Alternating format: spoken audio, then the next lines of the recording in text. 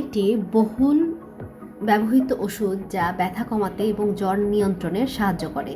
এটি সাধারণত নিরাপদ মনে হলেও এর সঠিক ব্যবহারের অভাব মারাত্মক ঝুঁকি তৈরি করতে পারে। আজকের ভিডিওতে আমরা জানব প্যারাসিটামল ফার্মাকোলজি, এর কার্যপ্রক্রিয়া, উপকারিতা এবং সঠিক ডোজ মেনে চলার প্রয়োজনীয়তা। প্যারাসিটামল কী এবং কেন ব্যবহার করা হয়? প্যারাসিটামল, যা অ্যাসিটামিনোফেন নামেও পরিচিত, ব্যথা কমানোর জন্য এটি অ্যানালজেসিক এবং জ্বর কমানোর জন্য একটি অ্যান্টিপাইরেটিক ওষুধ।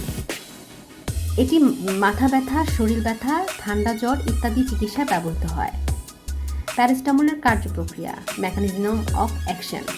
সেন্ট্রাল নার্ভাস সিস্টেমের প্রভাব। প্যারাসিটামল মূলত মস্তিষ্কের সাইক্লোঅক্সিজিনের কক্স এনজাইমের কার্যকারিতা দমন করে। এটি প্রোস্টাগ্ল্যান্ডিনের উৎপাদন হ্রাস করে, যা ব্যথা এবং জ্বর সৃষ্টি করে। কেন এটি এনএসআইডি এর মতো নয়? প্যারাসিটামল প্রদাহ কমায় না, কারণ এটি প্রদাহিত টিস্যুতে কার্যকর নয়। এটি মূলত কেন্দ্রীয় স্নায়ুতন্ত্রের কাজ করে। হাইপোথ্যালামাসের প্রভাব। হাইপোথ্যালামাসে কাজ করে শরীরের তাপমাত্রা নিয়ন্ত্রণ করে, যা জ্বর কমাতে সাহায্য করে।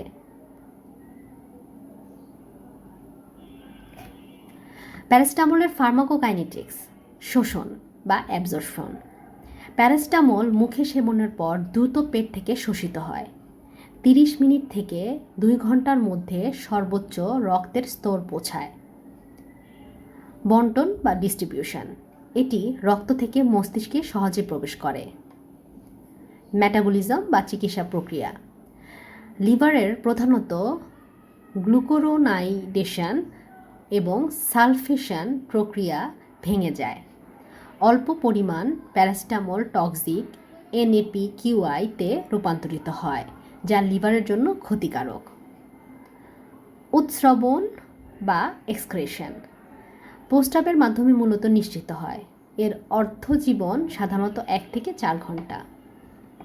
প্যারাসিটামলের ব্যবহার ব্যথা উপশমে, মাথা ব্যথা, দাঁতের ব্যথা, মাসিকের ব্যথা, পেশি ব্যথা ইত্যাদিতে ব্যথা উপশমে কাজে লাগে। জ্বর নিয়ন্ত্রণে, সাধারণ ঠান্ডা বা সংক্রমণের ফলে জ্বর হলে এটি কার্যকর। শিশুদের ক্ষেত্রে সঠিক ডোজে এটি শিশুদের জন্য নিরাপদ। প্যারাসিটামলের ডোজ এবং সেবন পদ্ধতি।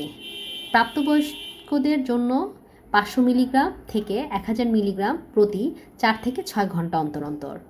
দিনে সর্বোচ্চ 4 মিলিগ্রাম, এর বেশি নয়। দিনে সর্বোচ্চ 4000 মিলিগ্রামের বেশি নয়। শিশুদের জন্য ওজন অনুযায়ী ডোজ নির্ধারণ করতে হবে।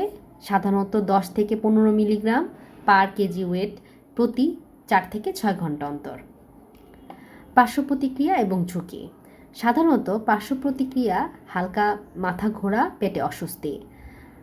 মাত্রাতিরিক্ত সেবনের ঝুঁকি, লিভারের মারাত্মক ক্ষতি, যেটা হ্যাপাটোটক্সিসিটি হয়ে থাকে, কিডনির বিকল হওয়া, অতিরিক্ত সেবনে বমি, পেটে ব্যথা, জন্ডিস হতে পারে।